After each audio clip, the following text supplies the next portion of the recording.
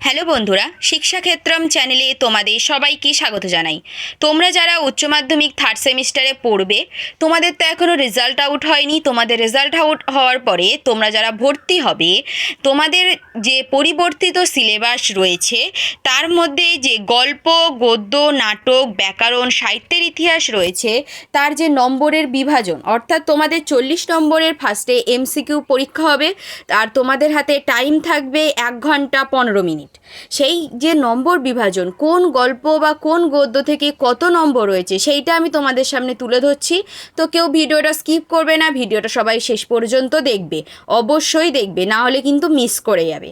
প্রথমে আসছে দেখো গদ্য বা গল্প। তোমাদের বোঝার সুবিধার্থে আমি গদ্যের পাশে গল্প বলেও লিখে দিয়েছি। প্রথমে তোমাদের গল্প আছে রাজবাহন চরিতম। এটা হচ্ছে দশকুমার চরিতম, তার একটি খণ্ড অংশ আছে রাজবাহন চরিতম। এটা একটা রোম্যান্টিক গল্প।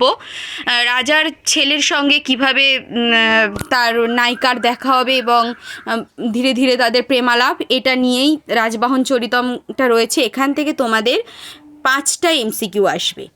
এরপরে আসছে পদ্য বা কবিতা। যোগঃ কর্মসু কৌশলম। এটা হচ্ছে শ্রীমদ্ ভগবদ্গীতা থেকে নেওয়া হয়েছে। শ্রীমদ্ ভগবদ্গীতার একটা অধ্যায় আছে কর্মসু কৌশলম, তার মধ্যে থেকে একটা যে অধ্যায় থেকে তোমাদের যোগ ও কর্মসু কৌশলম এই পাঠটুকু নেওয়া হয়েছে। এখান থেকেও তোমাদের 5 নম্বরের প্রশ্ন আসবে, 5টা এমসিকিউ আসবে, অর্থাৎ এখান থেকেও তোমাদের 5 নম্বর থাকছে। এরপর আসছে দৃশ্যকাব্য বা নাটক। এটা রয়েছে তোমাদের দুর্বাসস অভিশাপঃ। এটা মহাকবি কালিদাসের লেখা অভিজ্ঞান শকুন্তলম যে রচনা তার যে আছে মহাকাব্য, সেখান থেকে এটা নেওয়া হয়েছে দুর্বাসস অভিশাপঃ। মানে তোমরা ক্লাস 9-এ পড়েছিলে ধীবর বৃত্তান্ত, যে ওখানটায় শকুন্তলার হাত থেকে আংটিটি পড়ে গিয়ে কীভাবে হারিয়ে গেছিলো, তারপর সে কীভাবে খুঁজে পেয়েছিল। আর এইখানটায় তার আগের মুহূর্ত, মানে ওখানে যে ধীবর বৃত্তান্তের তাতে আংটিটি হাত থেকে পড়ে যায়, আংটিটি ছিল স্মারক চিহ্ন বা স্মৃতিচিহ্ন। এখানে তোমার দুর্বাসার অভিশাপ, মানে দুর্বাসা সেই যে কী কারণে অভিশাপটা দিয়েছিল, সেই ঘটনাটা এখানটায় বিস্তারিতভাবে অল্প বিস্তর আলোচনা করা আছে।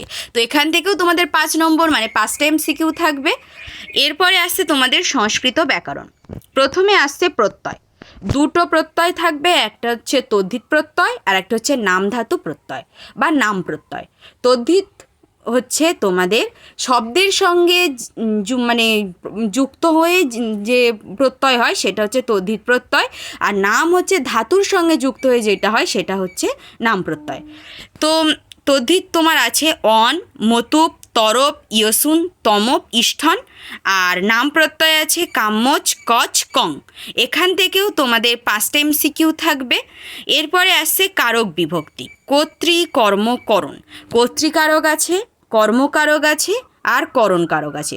যে কারকে কর্তা প্রধান সেটা কর্তৃ, যে কারকে কর্মপ্রধান সেটা কর্ম, আর যে কারকে করণ সেটা একটু ডিটেলসে তোমাদেরকে বোঝাতে হবে।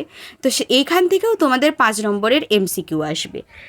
তোমরা যারা একদম সংস্কৃত জানো না বা পড়তে পারো না, বা যারা অল্প বিস্তর জানো, তাদের জন্য আরও সহজ সরলভাবে আমি এই সমস্ত সিলেবাসটা পড়িয়ে দেবো। এবং প্রত্যেক গদ্য বা গল্প বা পদ্য যেটাই পড়াবো, বা এই যে প্রত্যেকটা প্রত্যয় একটু কঠিন আছে, কিন্তু আমি তোমাদেরকে একদম সহজ সরল ভাষায় কিভাবে তোমাদেরকে একদম মানে ভিতর পর্যন্ত ভালো করে পড়িয়ে দেওয়া যায়, তোমরা ওই 5টা নম্বরের একটা নম্বরও মিস না করো, তার ব্যবস্থা আমি করে দেবো। সেইভাবেই আমি তোমাদেরকে পড়াবো। আর আমাদের প্রত্যেকটা পড়ানো শেষে একটা করে মক টেস্টের ব্যবস্থা আছে, বা 2-3টে সেটেও মক টেস্ট নেওয়া হবে। তো তোমরা যদি উৎসাহী হও তাহলে আমার কন্ট্যাক্ট নম্বর 9832812597 এই নম্বরে তোমরা যোগাযোগ করতে পারো। এরপরে আসছে সমাস। সমাসে 2টো সমাস দিয়েছে, অব্যয়ীভাব আর তৎপুরুষ। এখান থেকেও 5টা এমসিকিউ আসবে। এরপরে আসছে তোমাদের সংস্কৃত সাহিত্যের ইতিহাস। প্রথমে আছে পুরাণের সংক্ষিপ্ত পরিচয়। এখান থেকেও তোমাদের 3টে এমসিকিউ আসবে।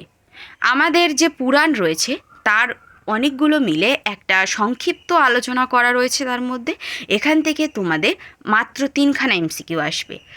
এরপরে আসছে ভাস, কালিদাস ও ভবভূতির সাহিত্যকৃতির সংক্ষিপ্ত পরিচয়। ভাস, কালিদাস ও ভবভূতি তিনজন কবি। এই যে কবি তার যে সাহিত্য সৃষ্টি করেছেন বা সাহিত্য রচনা করেছেন তার কিছু কিছু অংশ নিয়ে একটা সংক্ষিপ্ত সিলেবাস রয়েছে তোমাদের। এখান থেকে তোমাদের 4টে এমসিকিউ আসবে। আর এরপরে আসছে আর্যভট্ট ও ব্রহ্মগুপ্ত। এরা দুজন হচ্ছে গ্রন্থকার এবং এদের এই গ্রন্থকার এবং এদের যে গ্রন্থ রয়েছে তাদের একটা সংক্ষিপ্ত পরিচয় আসবে। সেখান থেকে তোমাদের 3টে এমসিকিউ আসবে। তো এই ছিল তোমাদের মোট সিলেবাস।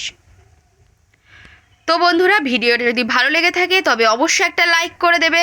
আর যদি চ্যানেলে নতুন হয়ে থাকো তাহলে অবশ্যই চ্যানেলটিকে সাবস্ক্রাইব করে রাখবে এবং তোমাদের বন্ধুদের কাছেও সাবস্ক্রাইব করার জন্য রিকোয়েস্ট করবে। ভিডিওটা একটু শেয়ার করে দিতেও পারো। তো এই পর্যন্ত, দেখা হচ্ছে পরের আরেকটা ভিডিওতে। সেই দিন আমি তোমাদের এই যে গদ্য বা গল্প রাজবাহন চরিতম সেটা ডিটেলসে তোমাদের সঙ্গে আমি আলোচনা করে দেবো।